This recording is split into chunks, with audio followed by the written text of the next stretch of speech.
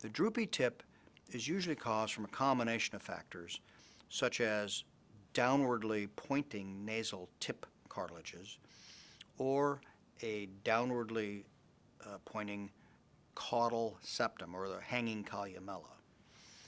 It's also accentuated with an active depressor septi ligament, which pulls the tip down even more so when smiling.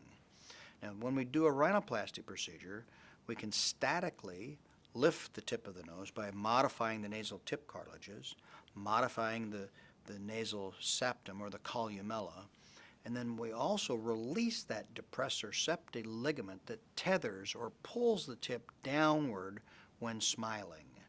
So patients not only get a static improvement in the droopy tip, but they also get a dynamic improvement because their tip doesn't droop when they smile.